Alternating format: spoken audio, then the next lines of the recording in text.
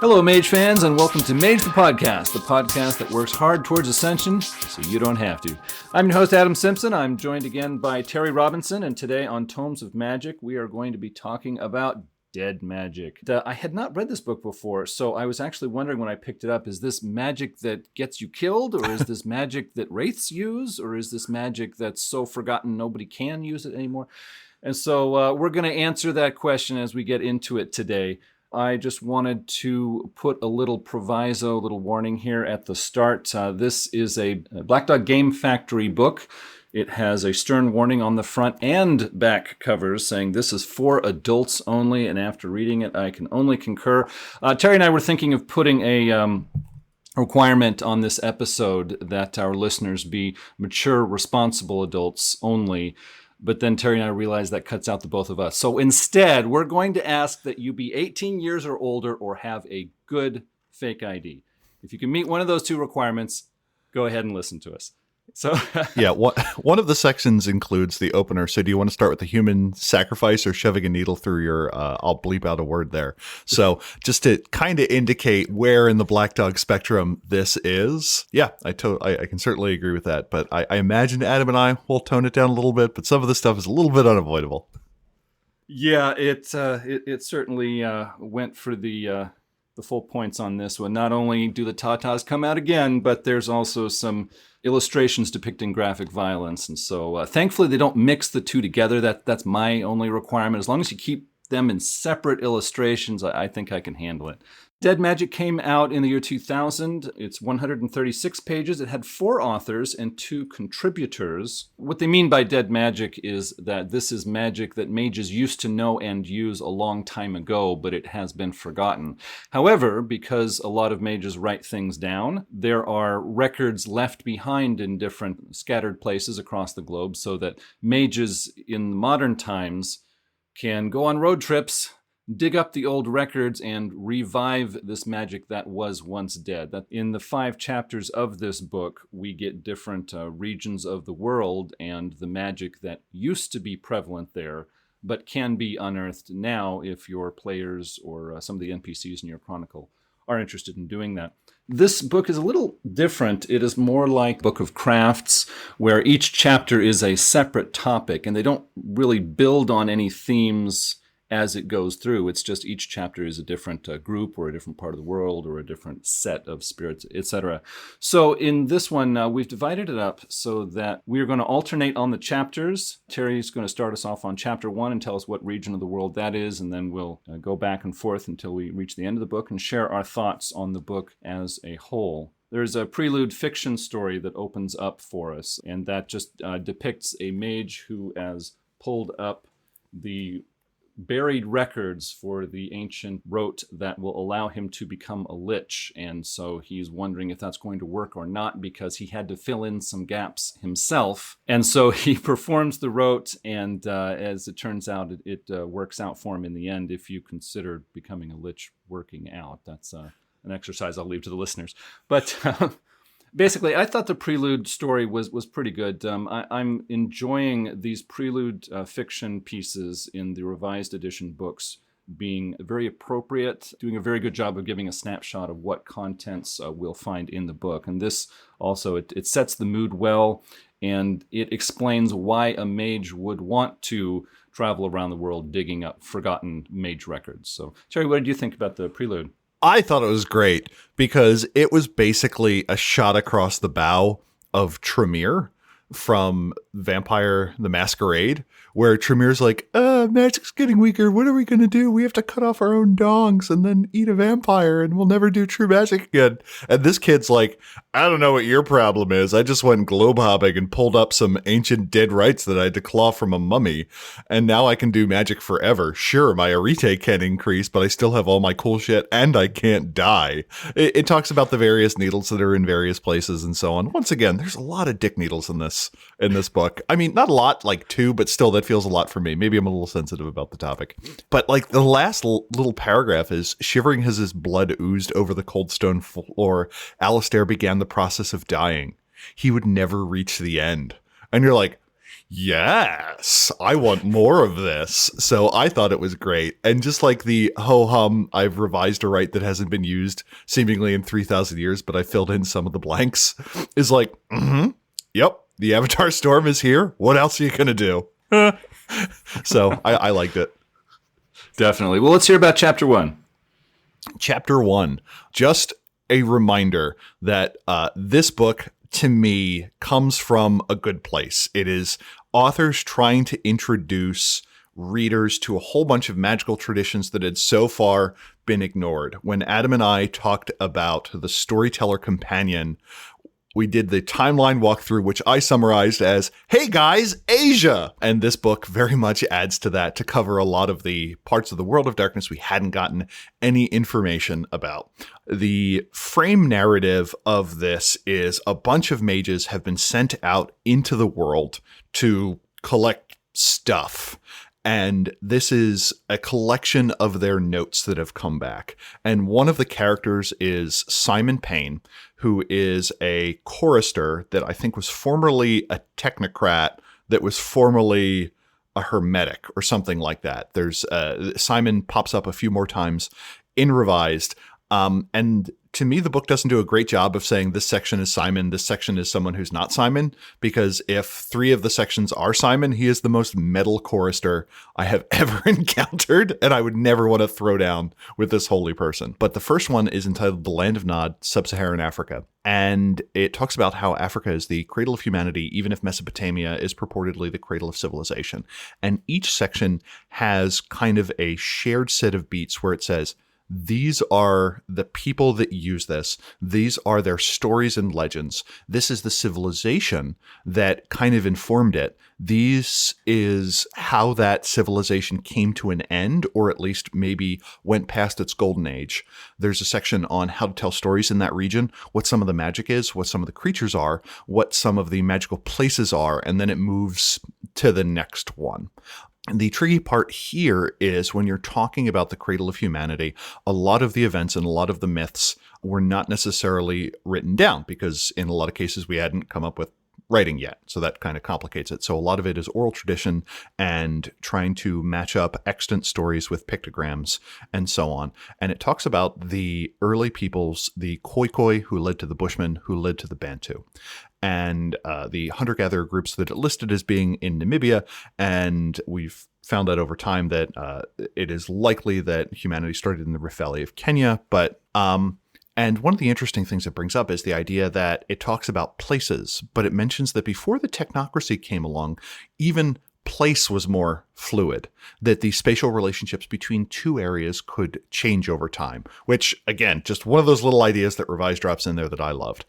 It talks about the legend of Mantis, who was one of the early figures in Khoikhoi belief, who acted as kind of an intermediary between the heavens and human.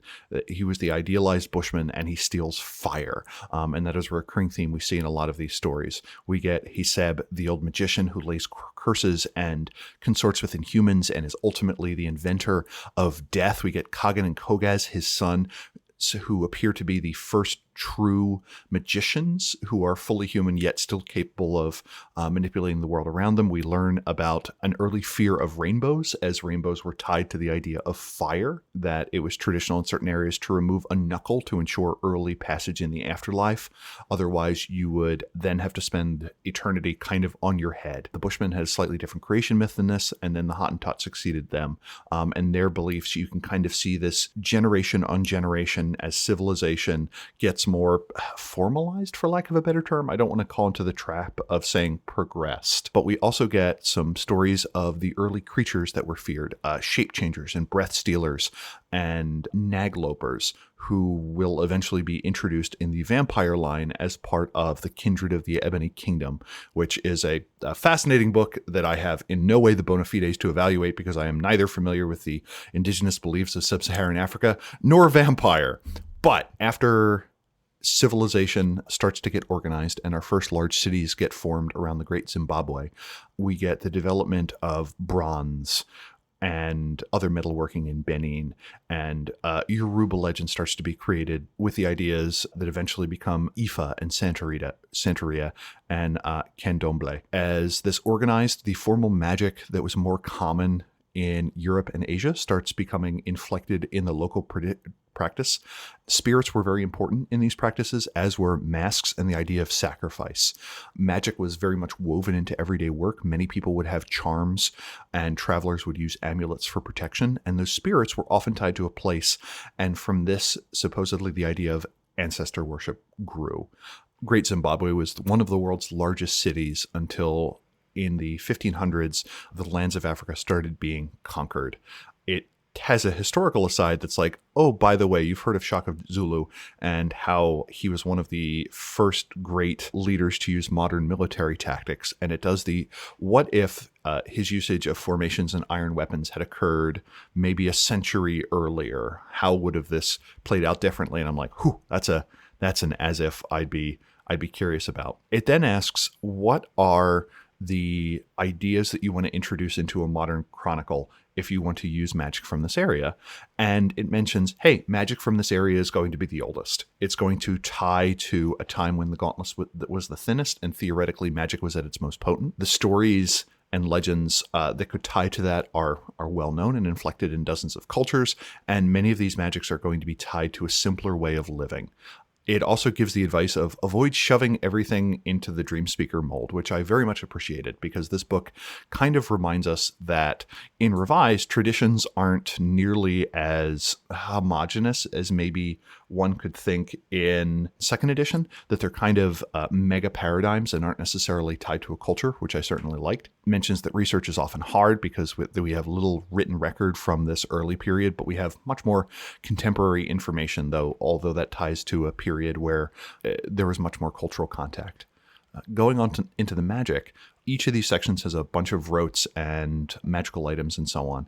And one of the things that I thought was interesting here was it gives the idea of culture-specific unweaving. One of the effects is called Cold Water's Blessing, on how a mage can use the power of water and its ability to cleanse to protect you from other people and their magics. And I really like the idea of unweaving, which is introduced in the revised core book, a way of canceling another effect that has already been instantiated and making that specific to a paradigm. And that is something I'm going to bring back to my table. Many of these effects include vampires and wraiths, and some of them are just plain evocative. Counter-irritant, you apply a hot nail to someone's skin, and they scream so loudly and so long that the pain leaves their body and they no longer suffer wound penalties. And when I say for so long, it's a turn, but still. That's a pretty good scream. A lot of magic is there to help the dead. And what is interesting about this is it's a lot of magic that you could see a mage using as a member of a community, which a lot of the core rulebook rotes don't really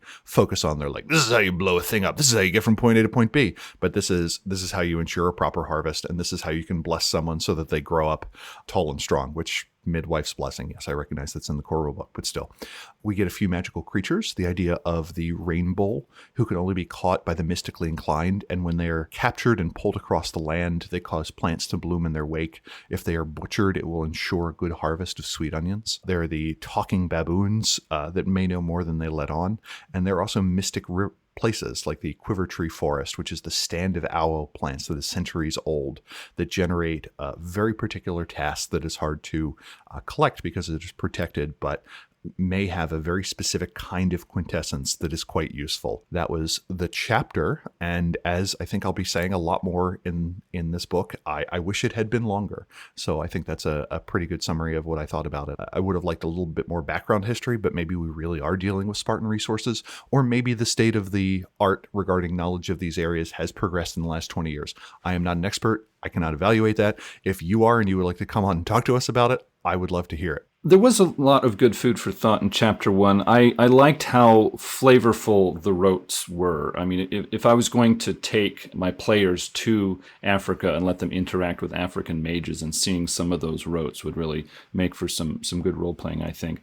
My main criticism with this chapter was I had a harder time seeing the motivation for foreign mages to travel to Africa to dig stuff up. It's like dream speakers who are trying to get in touch with their own cultural groups or their own cultural background. I can see why they would go to Africa and want to find what is in chapter 1. But for other people, I don't see what secrets they would get. I was kind of assuming that we would get some hints or even some example rotes of the great stuff that was done in Africa during the time of, Great Zimbabwe and the other big cities. I mean, some hints of what they could do that we can't do now that would make people curious to travel and try and dig it up. And I didn't see that, at least that I remember. I liked having the bygone creatures at the end, but I thought they were, I don't know, a little bit dull. I could see what kind of creatures they were and what they did in Africa, but it would have been nice to have more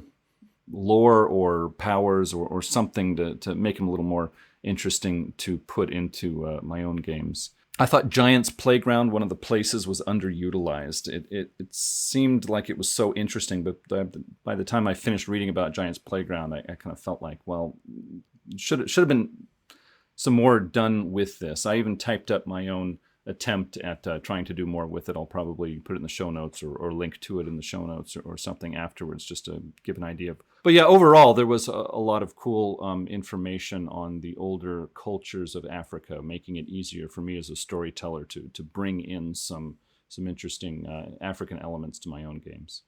So let's hear about Mesopotamia. All right, chapter 2 is on Mesopotamia. This was Babylon and Samaria and other places there in the Fertile Crescent. We see the journal of Dr. Winston Brown, Hermetic Mage from 1999. He traveled to the ruins of Babylon and searches for tablets with writings from Babylonian mages to learn their secrets. After complaining about the Middle Eastern town he had to live in for a month, he gets his hands on some tablets and succeeds in summoning Ea, a being that claims to be an important Babylonian god. Ea teaches Dr. Winston some inside Babylonian history, as well as their magic involving astrology. Dr. Winston shares his findings with mages on his good list, and then agrees to take Ea to the U.S. to see how people live today. Does Ea have a hidden agenda? Hey, when a mysterious being who claims to be a god is awakened after thousands of years and wants to move into your hometown, what could possibly go wrong? You people worry too much.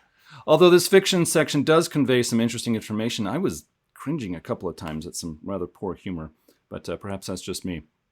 Next is the history section, which sticks to real-world history of the Mesopotamian region. Interesting enough reading, but even back in 2000, those who want this can get it elsewhere easily. Most of what is described here isn't mentioned again in this chapter.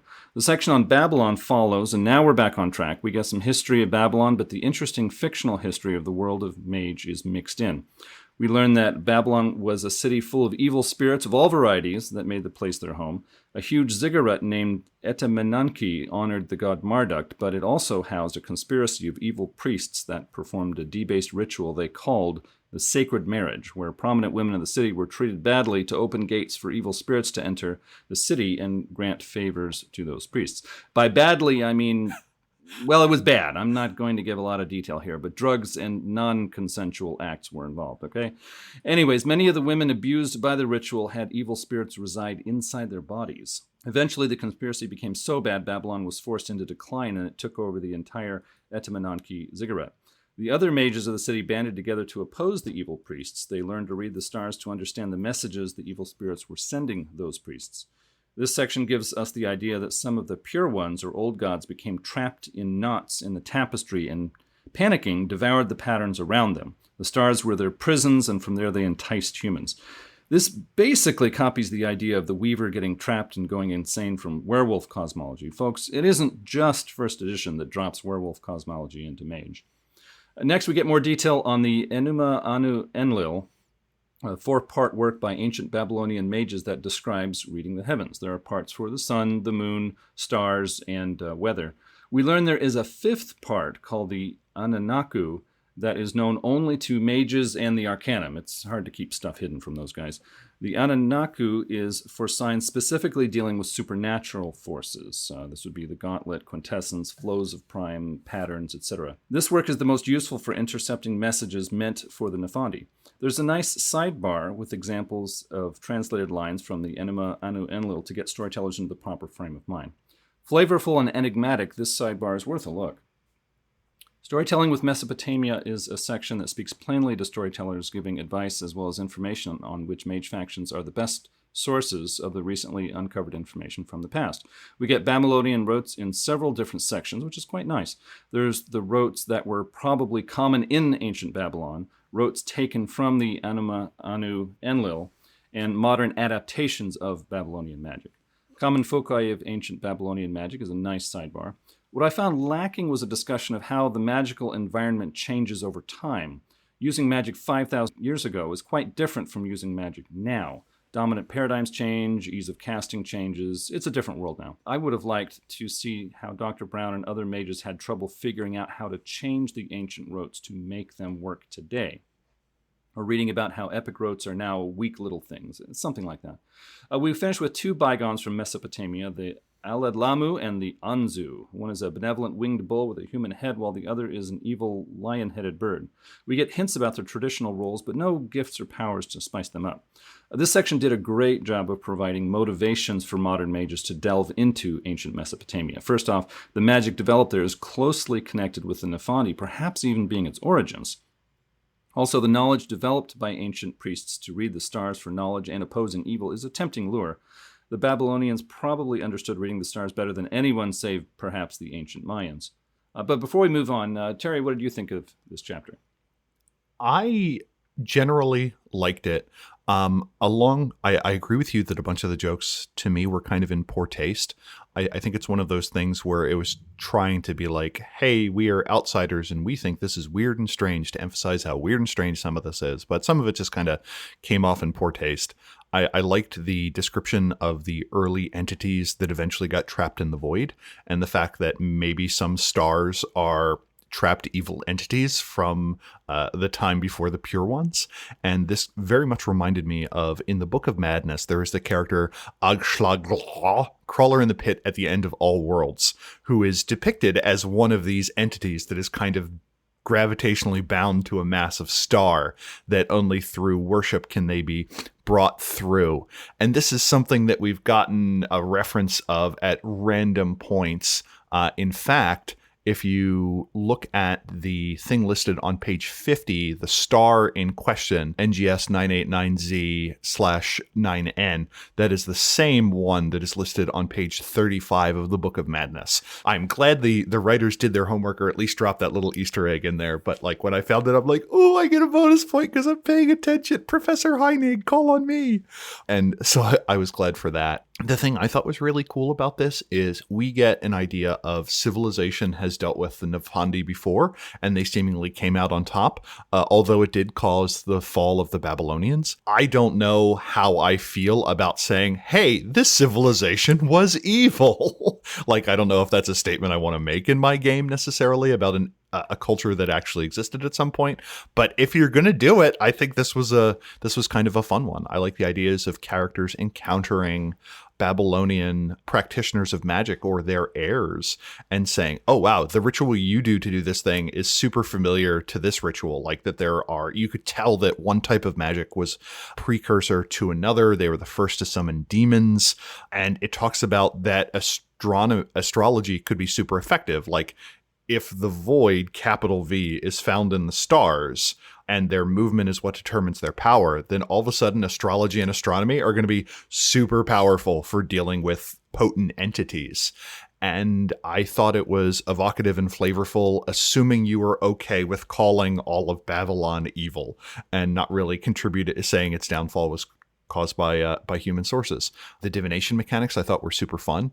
It's always interesting to me to read very old books and texts and so on. Like we have segments of the Enuma Elish, which is the Babylonian creation story, as it were.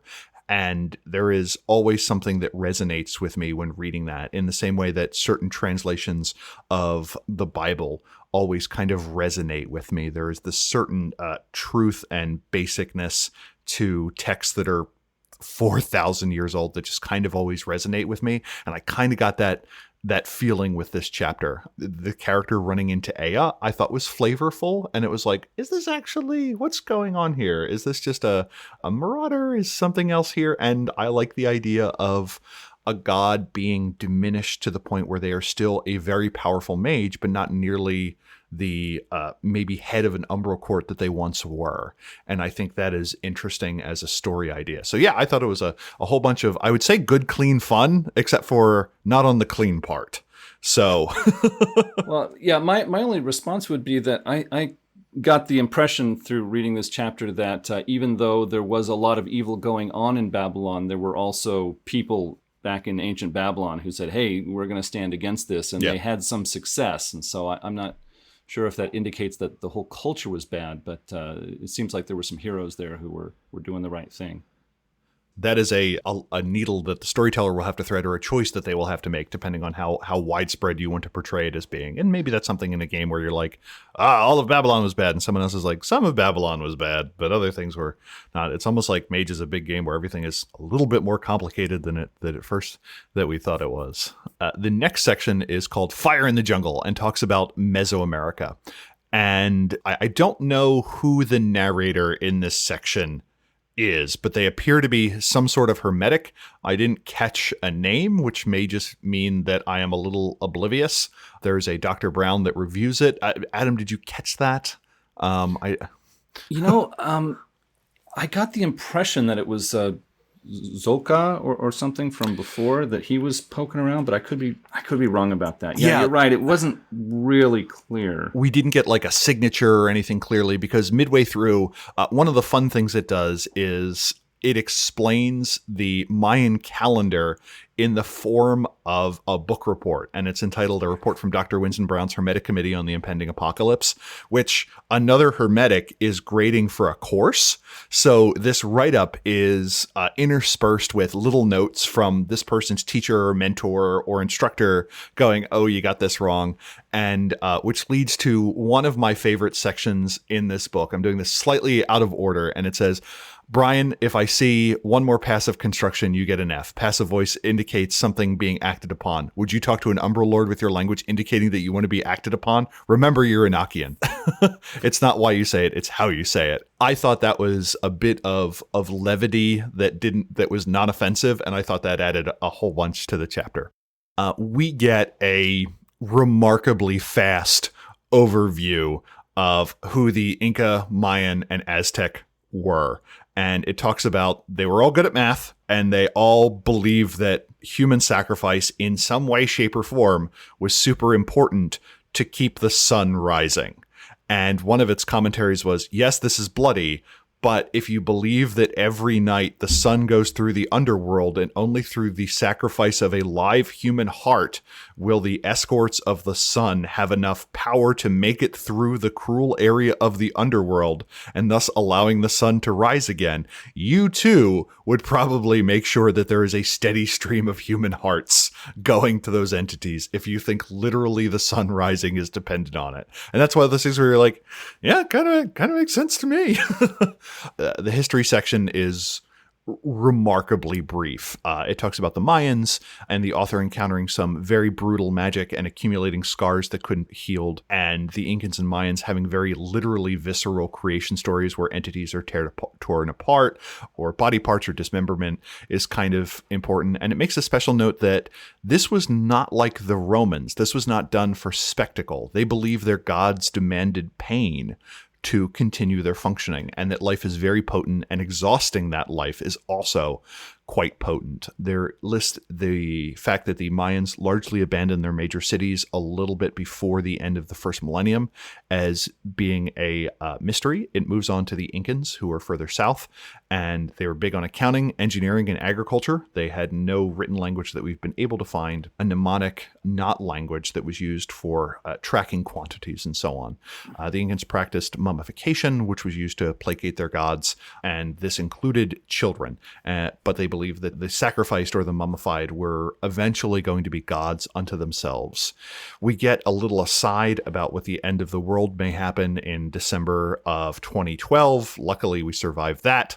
So that was one of those quaint things. I'm like, aha, remember back when that was a thing? And it mentions like, we should put at least as much effort into dealing with this as we did into dealing with the year 2000 transition. I'm like, I wonder what that would look like. To prove that I read it, it mentions that most people nowadays use the Julian calendar and that the Aztec calendar is more accurate. Most people do not use the Julian calendar. We use the Gregorian calendar. Although I was pleased to find that the Gregorian calendar loses a day roughly every 3,300 years, and the Aztec calendar loses one every 6,000. So 1 point to the Aztecs. The Mayans were skilled at accurately predicting solar events. It includes the line, a mistake by an astronomer was typically corrected through ritual execution, which had the additional commentary of hermetic initiatives sometimes need similar incentives. And and I'm like, whoo, there we go. Based on what is talking here, if this part was written by Simon Payne, which I don't think it necessarily was, he's officially the most metal chorister I have ever encountered. There is a section on Mesoamerican storytelling, and it says things like, hey, American culture hasn't looked to its south a huge amount, as opposed to Europe, which is old hat, and Asia that has a lot of stereotypes associated with it. South America, in terms of modern RPGs, is a lot more open pasture, as it were, to come up with your own stories. And it mentions things like the ancient astronauts. What were the Nazca lines? Did they involve Umbrood? Was it something else? So if you want to have your historical Ka Luan chronicle, jam it in here. It also mentions there's a lot of dead people. There's a lot of human sacrifice and a lot of war. So there's probably a lot of very angry ghosts running around. What do they want? They also mention that in some cultures, gold was considered to be the shit of the gods, and that sometimes mages just need money. And there's a lot of it out there. And maybe you want to do some good old fashioned tomb raiding. So I'm like, okay, good. We're being honest with ourselves. I appreciate that. Screw you, Matter 2. We're going to raid some tombs. It kind of tries to do a thing that happens a couple times in this book that says, hey, a lot of this cultural information was lost because of colonizers. But the fact that a lot of this stuff was lost, you can fill it in however you want. And I'm like, that's a good idea. But also, I kind of feel bad that we were able to lose so much of that cultural heritage, and that probably my forefathers are somewhat responsible for that. And then it goes on to the magic section, and the first rote it includes here starts with a bang. It's how to use a human heart to cause a volcano to erupt. And you're like, okay, I know what this section's going to be about. And there are a lot of rotes to start with. Step 1, have live human heart. And you're like, oh, okay. And in some cases, it only goes up from there. But yeah, Forces 5, Matter 4, kill a guy, volcano erupts. Another one is where you tear out someone's heart and you gain a lot of quintessence and maybe accidentally perform Gilgul. And it says, normally you get entropic resonance from this kind of thing, but if you do it to ensure a good harvest, it'll have renewing resonance. And I'm like, wow, that's one way of putting things. And again, it gives you the reminder of this is real brutal. But again, if you think this is required for the sun to rise, everything really makes sense. There's another section on how to eat a dude to gain their physical stats, but you may become addicted to man meat, that the Jaguar cloak can give you superpowers, and that its magic is extended by 1 day for each person that you kill. And it also has a long section on creating incredibly accurate calendars. So I really like that juxtaposition of like, we're going to sacrifice some human hearts, but also our watches are amazing. I thought this chapter was actually very interesting. It not only gives a lot of material that your own players can research, but there's also, I saw a lot of opportunities for dark secrets that the villains are going to uncover and the players have to head them off or clean up afterwards or something like that. The star reading and the calendar information for the Mayans, I thought was really cool. I thought there was a lot of material there that a storyteller can drop into a chronicle to provide details for why mages are doing things or give the players some ideas of what they might do. And again, the reading the stars and the power that can be gained from the cruel sacrifices was a very good motivation for mages to go to Mesoamerica and dig this stuff up. It seemed like a lot of these harsh, cruel practices were like shortcuts. You can get the power of higher sphere levels with lower sphere levels if you're willing to be a really, really brutal person. And again, it's not necessarily what the players are going to dig up. It could be some NPCs or some former allies or villains who are digging this stuff up, and then the players get, roped into the story from there. There were no bygones in here. I was unhappy about that. There are some Mesoamerican bygones to be found in some other mage books, but still, the fact that there were none here, I thought that was a little disappointing. Among all of the cruel practices mentioned here, and yes, they did mention the dick piercing, unfortunately, but they did not mention the cruel practice that the ancient Aztecs had of hot cocoa. That was, they used to take the cocoa powder And instead of adding in some sugar and having a nice drink that we can all enjoy in the wintertime, no, they put in a whole bunch of hot peppers and then they served it to other people. That sounds cruel to me. The only other thing that I thought was really neat was the mystic places were kind of curious to me. And one of the cool things that you get when you're dealing with cultures that are well beyond what we normally hear about in Western education is just different cosmologies. And it talked about the sun traveled through the underworld. And now you could theoretically have this super interesting interpretation of the Shadowlands. And one of the examples it gives was that they believe that there was a network of tunnels beneath the Andes. Doesn't prescribe a particular culture to this, but I mean, implicitly, if we're talking about the Andes, I think we're talking about the Inca. There were tunnels that connected to everywhere. And I don't know about you, but this immediately made me think of two things. One, cool. That's a quick way to get from point A to point B. So it would be neat to encounter someone in this area and be like, oh, we need to get this to China quickly. How are we going to do that without alerting the technocrats? And like, oh, you just go through this mountain. And everyone being like, go through this mountain. I'll believe it when I see it. And the person being like, I'll bet you you're hard on it. And then being like, maybe not. And the other thing that makes me think is dinosaur Nazis. This is a great connection to the Hollow Earth. And we haven't really gotten many of those yet in Revised. So the thought of that being there made me super happy. The fact that they call their god in the Hollow Earth, they call the sun there the smoky god, and then you had the smoky mirror, which was the term for one of the Mesoamerican gods. I'm not going to try and pronounce it. That was interesting and flavorful, and I would need to do a bunch more research because before I portray people as being savages who rip other people's hearts out, I want to make sure that I've done my homework. So, on to the Greeks. Yes, next up we have chapter 4, which was on ancient Greece and ancient Rome. This was the longest chapter in the book. It's called Pillars of Philosophy, Greece and Rome. We start with an in-character account by Simon Payne, chorister at large, who visits Greece and Rome to gather intel on secret societies.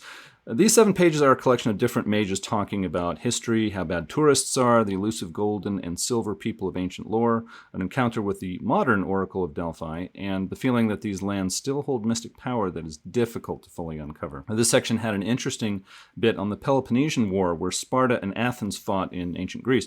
Parallels are drawn between the Ascension War and how science fought mysticism all through history. This reinforces the idea that in Revised Edition, the technocracy represents science, technology, and rational approaches. The technocracy represented something different in the first 2 editions of Mage. I have had a number of unproductive discussions on the technocracy with other Mage fans who got into Mage with Revised Edition, and I'm finally able to understand how different the technocracy is in different editions of Mage. I'm not going to launch into this topic now, but I wanted to point out how multiple books in Revised Edition make this new conception of the technocracy clear. Next up is a real-world history section for Greece and Rome. Again, I think this book gives too much straight real-world history that is easy for people to look up elsewhere if they want it. The Roman history focuses on the bad emperors, but I guess they're the ones most people like to read about, especially the crazy ones. We next get a nice series of pieces on mage activity in ancient times. The cult of Mercury was active in Rome. They had formulaic styles and used high rituals, but they were not as close to modern hermetics as some hermetics claim. They integrated magic from multiple sources and kept many secrets. They also had ways of working with organized groups of people to gain magical power from the relationship. We hear about Mediterranean roots for several mage factions and get hints for how those groups could hold ties to the area today. Pythagoras and the cult he founded get some attention, as well as the famous 3 philosophers, Socrates, Plato, and Aristotle. The Daedalians round out this section with hints about different origins for the mysterious group, as well as their significance to mages today. The technocracy especially has reasons to revere this group and may even be harboring its remnants. We get more than 2 pages of gods, important people and monsters from Greco-Roman legend. I thought this was kind of a waste of space. These names are well known to everyone, and the information given is so brief that Mage fans are better served by just surfing the web or visiting their local library back in 2000. We then turn to the storyteller section with ideas for mood and chronicle suggestions before getting into rotes. A number of these rotes were flavorful for the region and era of this chapter, so I was happy with them. Next up is liches. 4 pages of liches. A lich is a kind of undead with a fully functioning mind, often portrayed as skilled in magic. They're a staple of the fantasy role-playing scene as villains. They were first mentioned in Masters of the Art. In that episode of Tomes of Magic, Terry and I remarked it was an interesting idea, but no systems were provided. Well, folks, here they are. If your players want to look and smell like corpses, and hey, who wouldn't? It's all here. In brief, a mage who researches this very hard-to-find piece of ancient magic can start the process of death, but freeze it giving themselves immortality. Arete cannot increase, but sphere levels can. No sphere higher than 4 is needed for this rote. The process is forbidden by most mage factions. It involves destroying all wonders created, killing your familiar, if you have one, and then lethally injuring yourself. We get details on what liches can and can't do. They get some benefits but pay a hefty price. The text notes that the material mages find is usually missing pieces that the mage has to fill in. The result is all lich rotes are unique in some way. I really liked how it is mentioned that the lich rote is probably descended from the ritual created in ancient Egypt to make true mummies. I really like seeing these links between the world of darknesses, mages, and mummies. The bygones section is the biggest in the book. 10 bygones are listed here. Some of these creatures can be found in other World of Darkness books, but the write-ups here are different. They even have a sidebar saying that we did that on purpose. You get 2 different styles, and of course the ones in here are a bit more harsh and appropriate for mature gaming groups. Some of them had powers to make them interesting. Definitely worth a look for your own games. We finished the chapter with places of power. However, there's only one place, the Oracle of Delphi. We're told House Fortunae of the Order of Hermes found ancient writings from the original Oracle and recreated it 100 years ago. The Order of Hermes has told mages outside the Order that it's the real group that ran the Oracle of Delphi in antiquity, and it's still around after all these years. Behind the scenes, Hermetics kidnap teenage girls that they manipulate with their magic to give the messages to customers. Some of the girls are even raped by the mages to produce children that are used in the operation. This is a pretty dark view of things, but supports Revised Edition's position that the older leaders of the mage factions before the Avatar Storm were corrupt. It's so dark that they have a sidebar called Make Your Own Myth, where they admit it may be too much for your gaming group. They encourage you to make your own truth behind the Oracle of Delphi for your own games.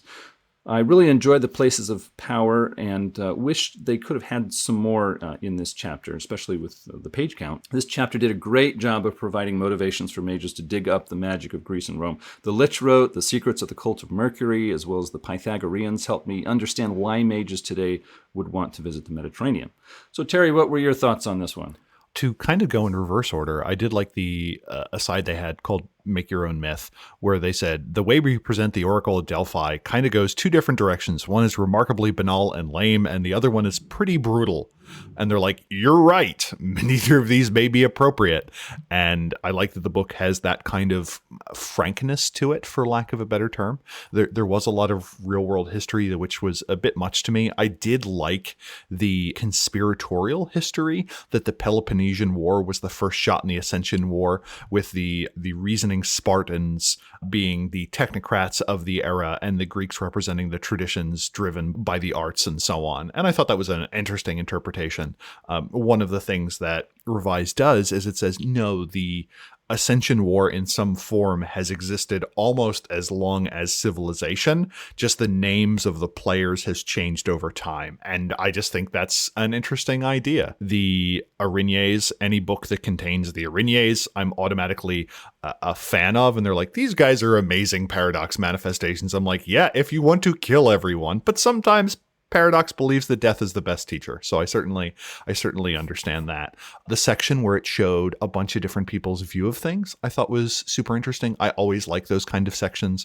Book of Shadows did that real well in first edition, where it's like, here's 6 different views of Paradox, talking about how mages may reinterpret the gold and the silver people of Greek myth. I thought was interesting, where some people are like, oh yeah, those were obviously the pure ones, or oh, those were obviously some previous civilization that had ascended, or they were the Atlanteans or something like that. I thought was cool. Lichdom is interesting, as Adam said, because you only need to be an adept. And I could certainly see an adept going, oh man, the masters are gone, the technocrats are here. What am I going to do to make myself more or less invincible? I have no one I can learn from. How powerful could I possibly become? Becoming a lich is the correct answer, or at least to someone. And it goes into detail, and it's very different than the lich rote that we get in How Do You Do That? I like that the Stoics got a shout out. And it talks about how using the road of stoicism, you can't expend willpower for the duration of the effect. All dodge and social roles are penalized, but people cannot read your emotions. And if there's anything to take away from this book, it is how to make your rotes absolutely drip with paradigm and flavor. And I think this did a great job of doing it. The depiction of the Dodecatheon, I think, was largely unnecessary, at least for most Western audiences. And I would have liked a little bit more of an angle of either, hey, these are how the gods interface with the secret history of Mage, or maybe some of their non-traditional, lesser-known aspects that may come up, like in the same way that we talk about Norse mythology. We usually don't recognize Thor, for instance, as like a fertility god and stuff like that. And that would have been good, because even at the time, I feel like a lot of this information was out there. And if you want more information about that, I will direct you towards the also White Wolf / Onyx Path game of Scion. All right, well, I think we're ready for Chapter 5. Chapter 5! Chapter 5 is entitled The Top of the World, the Arctic Circle. And this is, again, I'm not quite sure who wrote the introductory fiction here, but it tells of someone exploring the Arctic Circle and just how brutal and persistent and hard to survive this area is. It talks about how a lot of the ideas of settlement only make sense if you're an agrarian society, which the people of the high Arctic generally weren't. They would follow food and the seasons, and that you'd think that this area was only lightly touched by colonization, and they're like, no, it was never maybe settled so much as everywhere else, but the life ways and folkways of a lot of these people, it focuses on the Inuit and the Ainu, were fragile, for lack of a better term, that it depended on a certain balance and access to resources, that the moment that was cut off, a lot of these folkways kind of disappeared. So the area was eventually colonized, and that required sitting in a particular place, and the Jesuits disrupted spiritual practices, and in remarkably short order, a lot of the legends were lost of these migratory cultures. That we look back at the artifacts generated during this 7,000 year run. I think now contemporary scholarship has pushed that history back by at least 10,000 years. So again, we're dealing with a much older culture than maybe we initially thought, but it brings up a bunch of interesting ideas. One, that a lot of quote unquote primitive cultures were quite good at things, and we are still learning things about kayak construction, igloo construction, and harpoon construction from the people of the high north. And the author talks about how survival in this climate is a form of magic, and how even their magics and their mastery of forces, or their ability with forces, isn't enough to keep them warm. And it mentions systematically that you should reflect this, that mages shouldn't be able to just be like, how bad could it be? I'll just roll forces. And it being like the land is actively resisting you in your attempt to do this, that maybe one success isn't quite enough. We get the idea that they believe there is this area, the Tashistash Kamuguk, that is literally a bridge to the spirit world. And that in this lightly inhabited area where visibility is often restricted by snow and atmospheric conditions, that maybe you can just walk into the spirit world, and vice versa. Things from the spirit world can just walk out. So a lot of the bygones in this area focus on spirits that may have walked over into the material world. And likewise, that a mage who gets lost may suddenly find themselves in the spirit world where they don't belong, and they may get eaten. It talks about how a lot of the magic in this area is very practical and very immediate, that if it doesn't help you survive, why are you doing it? And it breaks down that magic kind of into three categories. You have spirit magic that comes from talking to animals, the Kahan Tusit, as the practitioner who is participating in a ritual or a rite known as the Shaking Tent, which is used to communicate. And this is just kind of your standard Spirit 2 or Spirit 3 effect to summon or communicate with a spirit. The second class of magic is hunting magic, where your goal is to get good prey, and this is done through performing certain rites. And these rites may not seem magical at first, but for instance, checking your traps frequently. The idea being you don't want the animal that is caught to die and then be consumed by something else and thus wasting it, or going bad or foul before it can be consumed. So the idea was, if a hunter checked their trap frequently, that meant that they cared about respecting the animal that they were trapping, and the spirits would look favorably upon them and send good prey. The final thing was a set of charms to just kind of protect yourself as a way of bringing good luck and a way of averting bad spirits. The history for the area is kind of divided into two types.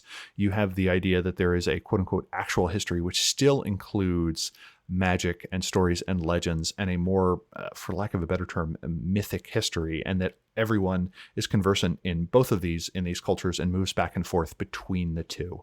And this kind of reminded me of the way it is presented in the Garu cosmology, where a lot of the younger Garu were like, did this actually happen? And a lot of the older Garu were like, you're missing the point entirely, which I thought was kind of interesting. And the sun and the moon were siblings who one was darkened by coal ash, and they met at a dance, and one kissed the other only to realize that they were siblings. One flees out into the night and the other one follows with a torch, and from that we get the idea of the sun and the moon. The moon itself is a boy who goes through a cycle of remembering and forgetting to eat, which explains why it changes size. And it was just interesting getting legends and stories that are just different from what I grew up with. And the iconography and the associations are different from what we encounter in other cultures. And I think there is something broadening, something that can expand our own purview from just kind of looking at a culture that has a different set of associations than we're used to. Otherwise, the magick was generally practical on how to deal with spirits, on how to survive.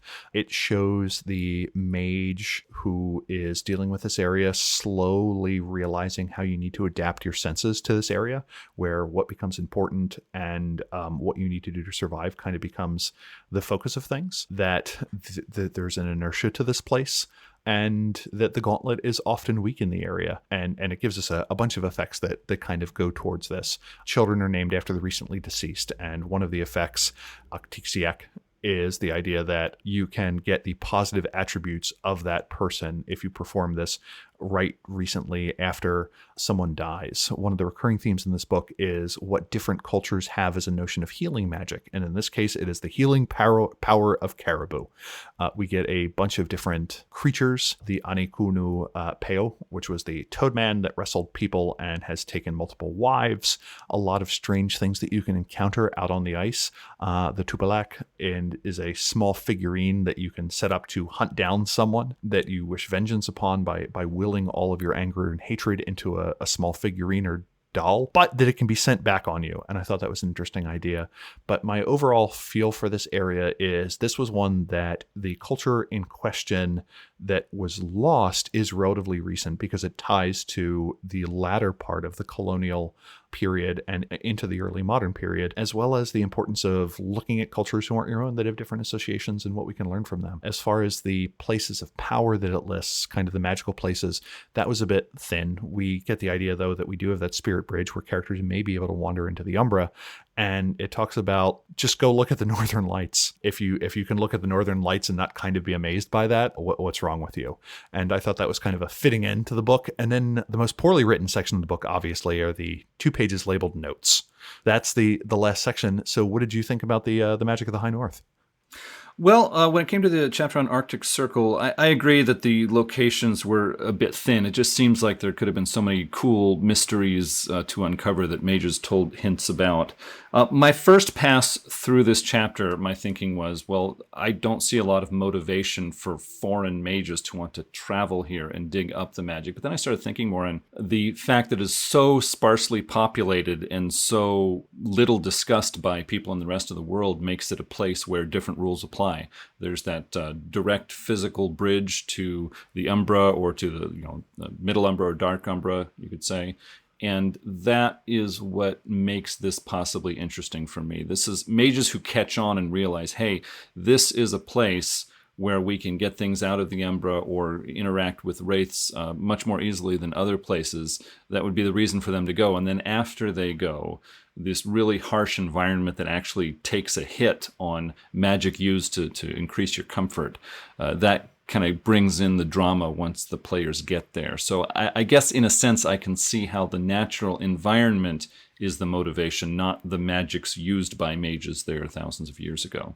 But at least there is a motivation there for me, so I was glad to see that. Yeah. What'd you think about the book, Adam? I really liked the basic idea behind this book. It's like, let's look at different parts of the world. Let's look at cultures and sets of beliefs from a very long time ago and give things for players. It's like a globe-trotting, clue-sifting kind of idea, and I really like that. I just wish they could have leaned into it a little bit more. And by that, I mean a little less of the real world factual history, which was just, brief and basically summaries. People can pull this up on their own. Even back in 2000, when the internet was young, there were still text only websites, which gave a lot of this information for anybody who wanted to hunt around. Instead of giving the real world history, I wish they would have given more hints from other mages, journals from mages 100 or 200 years ago talking about stuff they might have found or stuff they heard about. I thought that could have made this much more evocative and mysterious and fun to work through. But what is here, I do like. I really like the idea of not only visiting these ancient cultures and saying, here's some things that they possibly could have done that we don't know how to do today, but also this is their different outlook on life, their different outlook on the world, and so that helps you understand, this is how they were able to do magic that we can't do now, because we don't have that way of looking at things. And so I thought it was really cool how they were able to bring that out in a lot of the chapters. I guess my big overall thought for this guy was that it was enjoyable and fascinating, and it felt a little bit to me like, I'm not quite sure what to call it, but my first thought was cultural grave robbing. If this were to be written now, I would want each section to have a bit on contemporary practitioners. Like, who are the people that are still doing that? Give me a couple of NPCs. Otherwise, it just feels like, well, we killed them all. Let's take their stuff. And I would have liked some information to be like, this is an area where you can find this small craft of people that are still practicing this, or this is the community that still does that. And in some of the places we get that, like it talks about contemporary Pythagoreans, and it talks about maybe the few heirs to the Babylonian tradition. But I would have liked that for all the sections, because otherwise it just feels like, well, the Inuit are dead. Let's go through their stuff. And that just felt, I would call that insensitive, and it's a less interesting way to present it to me. So that's just a thought regarding that. That is a reinterpretation I probably would have done. And it's one of those things where it's like, you present the culture, but not necessarily the people. I guess my second criticism is the epistolary sections where it is notes back and forth. The font is big, but still hard to read, or at least it was to me. For instance, this may be super nitpicky, so -1 host point for me, but normally within a given page of text in Mage, you get about 750 words. The pages that were just all in character fiction were about 500 words. So it was much less dense, which, say what you will about it. I appreciated it, because when we have to read these books on a deadline, I'm like, oh crap, I have to read 140 pages, but it's actually only like 120 once you take that into consideration. But just a thing where I'm like, why was this text so big and hard to read? Yeah, like the book report on the Mesoamerican section where the Hermetica is writing about the ancient calendars, it's like really big spaces, double-spaced Courier New. Yeah, yep. They were going for an authentic look, and it looked authentic, yet the use of space was not what it could have been. Yeah, I wonder if that's one of those things where it's like, your book must be 140 pages. They're like, that'll be easy. We have all the stuff you want to do. It's also due on Tuesday. Ah, crap. Control A, shift right square bracket, control right square bracket. That was a Microsoft Word joke. The other thing this book does that is kind of new-ish to Mage is it externalizes magic. It makes magic something that is real and out there, and it is not strictly the sum of the will summoned by a mage practitioner. Like, this is something I've been really thinking about a lot in Mage. To have magical places, to have magical artifacts, and to have magical practices, you do need paradigm, but you also need this belief that magic is in some way true and not just an extension of the will of the person casting it. For the Babylonian astronomy to work, you not only need the paradigm, but in some way, the metaphysical substrate of the universe needs to support this. It can't just be the will of the novice practitioner, like literally moving the relation of the creatures of the void and the heavens. It has to be real and out there. And I really like that idea because it makes the game super rich to me. And it does do that thing where you're like, oh man, wow, look at this thing this other culture or this other way of life did. But at the same time, it kind of takes off the edge from that thing of all of magic is human will and human will externalized. It is not just another element on the periodic table or another science that is yet to be discovered.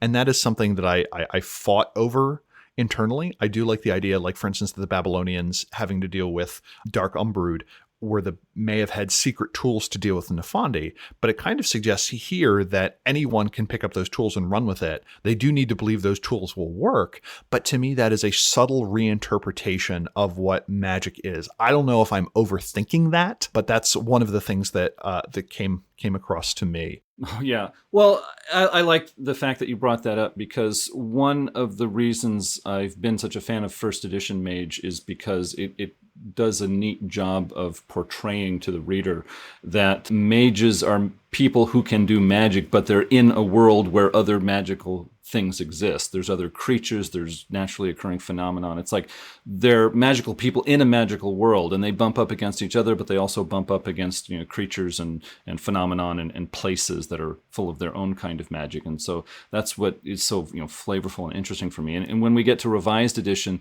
there's more of this assumption that the magic comes from mages who are doing the magic. And so I like that you brought that up, because that's one of the reasons I really was excited by seeing the magical places in many of the chapters of this book. It's like, oh, there's magic here that perhaps mages didn't do, that was there on its own, that they can interact with and learn from and grow in their knowledge of what kind of a world do we live in. But, yeah, and we got that in Isle of the Mighty, and to me that was one of the redeeming aspects of that book, where there were just flat out magical places. I think a lot of the humor was ill-considered. I think that may have been an attempt to take the edge off, where it's like, this is going to be a section where we basically talk about human sacrifices and people being raped by demons and so on. So maybe we throw in a few jokes to lighten the mood. And sometimes that worked, and sometimes it didn't. And that just may be a change in humor over the past 20 years. When I listen to things that were funny, like in the 1930s, I'm like, how was this possibly funny? But humor changes over time. It's like taste in music. I did like the Indiana Jones idea, though, where it very much leans into the revised notion of the masters are gone. If you're an adept and you want to learn how to do something, it might involve some shoe leather. Traditionally, maybe you would have gone to a master and served under them for 2 years to figure out how to summon a particular umbral entity. But if you hear through the grapevine that, oh, this is just a lesser manifestation of Marduk, I need to hoof it to the British Museum and steal this tablet, which in general, I will support the idea of stealing things from the British Museum, but do your homework, kids. But the idea that you could have this national treasure kind of chronicle where it's like, I can't find this information, but I hear it's buried in this museum. Let's go take it. I think that's a lot of fun in Mage and gives you a lot of cool things to play with, and also leans into the revised theme of practices are starting to open up because the traditional lines of paradigm and orthodoxy have broken down, and now it's every adept for themselves. And I really thought that was a lot of fun.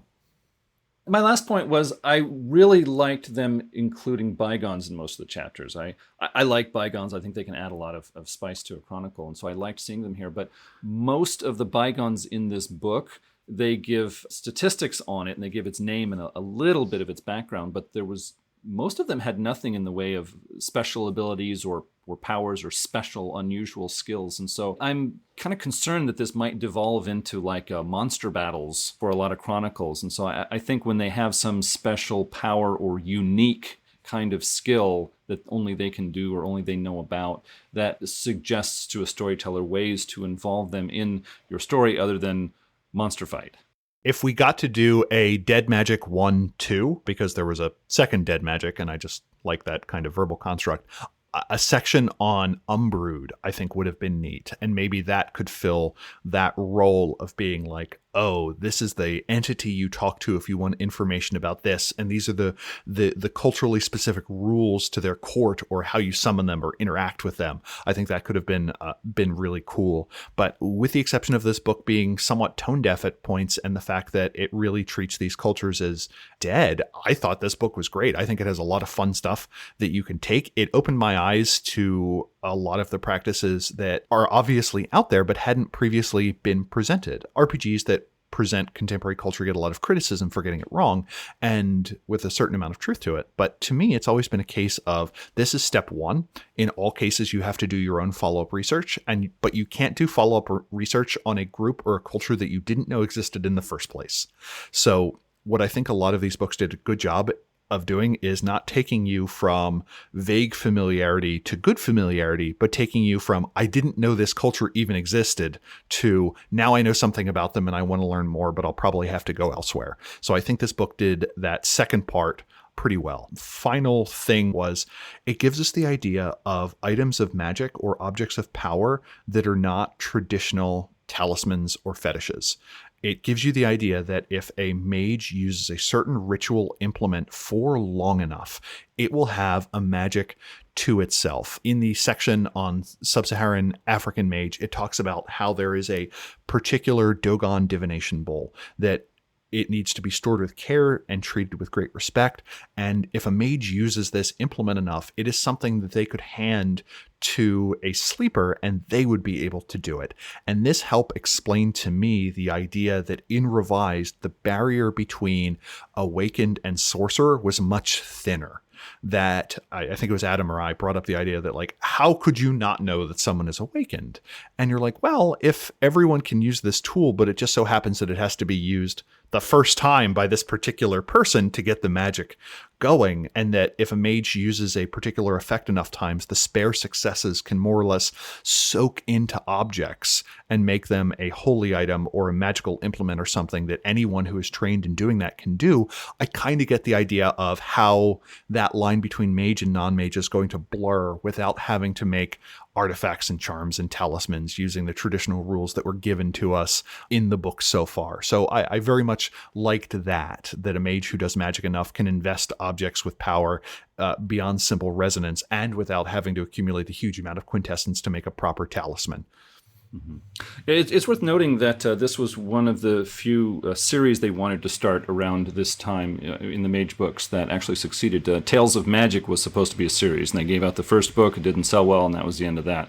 They put out Lost Paths. We got the first book. It was supposed to be a series. There was no second book. Dead Magic, there is a Dead Magic 2. So there must have been a number of people who liked it. One of the few series that actually got beyond its first step.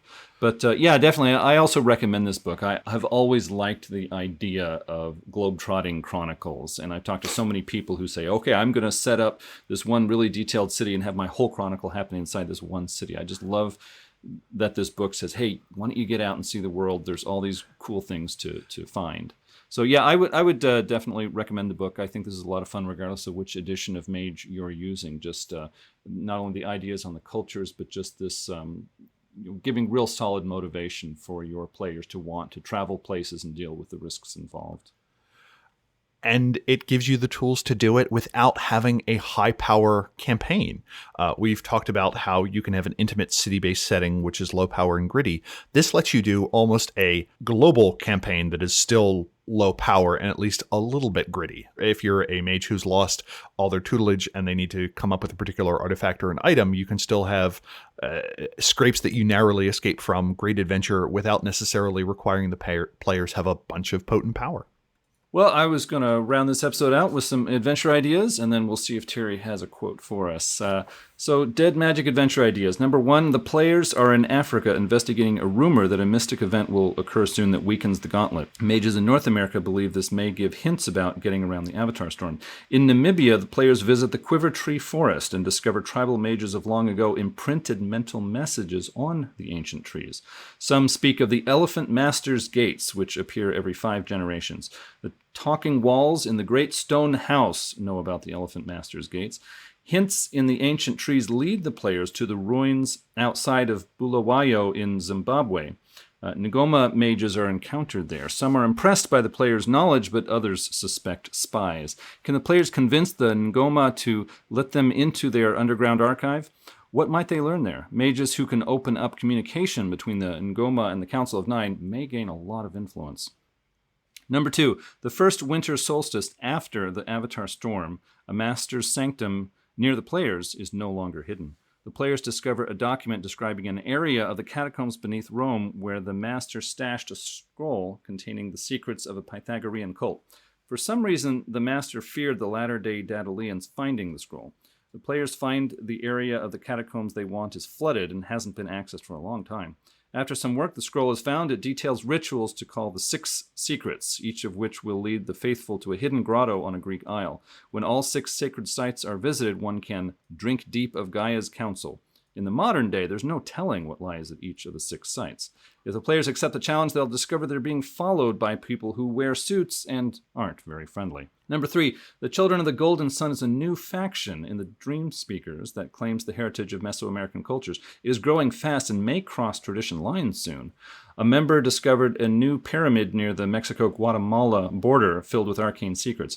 This member advocates questionable practices under the name the Hidden Sun that could cause a split in the new faction.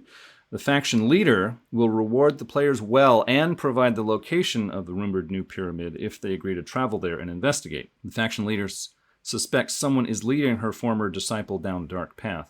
She shares intel on crimes the Hidden Sun's followers have committed and swears the players to secrecy. What will they find in the heart of the jungle? What new magic is making the Hidden Sun so powerful? And if they make it back, can they keep it all quiet? So that's it for the adventure ideas this episode. Hopefully you can find something there that can inspire some ideas of your own. Terry, do we have a quote to round us out? We do, and since we led with dick piercing, I figure I would pick something a little bit more mundane. There is a section in the Greek portion where there's all the interviews that are being woven together, and they're talking about the secret history of the Peloponnesian War. Again, one of my favorite things in this book. And one of the characters says, well, did the Ascension War happen this way? Something, tradition, blah, blah, blah. And the line is, craft, tradition, convention. What do these words mean? You're placing the group before the individual. Each and every awakened being is special.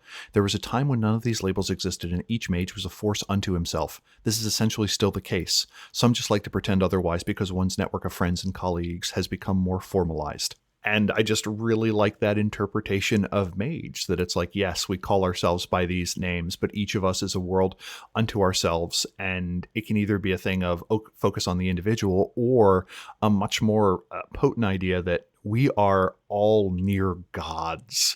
To forget that is folly. And I'm like, ooh. So I really like that. Definitely. Nice one. All right. Well, if you have something to say, please contact us at magethepodcast@gmail.com with your questions, comments, or feedback. Subscribe to Mage the Podcast on iTunes, Google Play, TuneIn, and other sources. If you like the show, others might like it too. And if you leave a review on Mage the Podcast, it makes us more visible for their searches. You can follow us on Twitter at Mage the Podcast. We're also on the web, magethepodcast.com. You can listen to past episodes there, see what order they were in, and get the complete show notes that we prepare for you. This episode is thanks to executive producers Ira Grace, Richard Batt Brewster, John Magnuson, Jenna F., Andrew Edelstein, Chris Sack, Christopher Phillips, Bryce Perry, Brendan Morrill, Andrew Katz, Michael Parker, Anders, and Justin. If you would like to become an executive producer for Mage the Podcast, it would help us keep producing these episodes. You would also become a part of our own council to discuss upcoming projects. The link in the show notes will get you started, and we would certainly appreciate it. Well, that's it for this episode. Thanks, everyone, for listening. And until next time, truth until paradox, baby. Next up is blood treachery, right? That is right. Let's talk about some vampires. And with that, go change the world. Bye.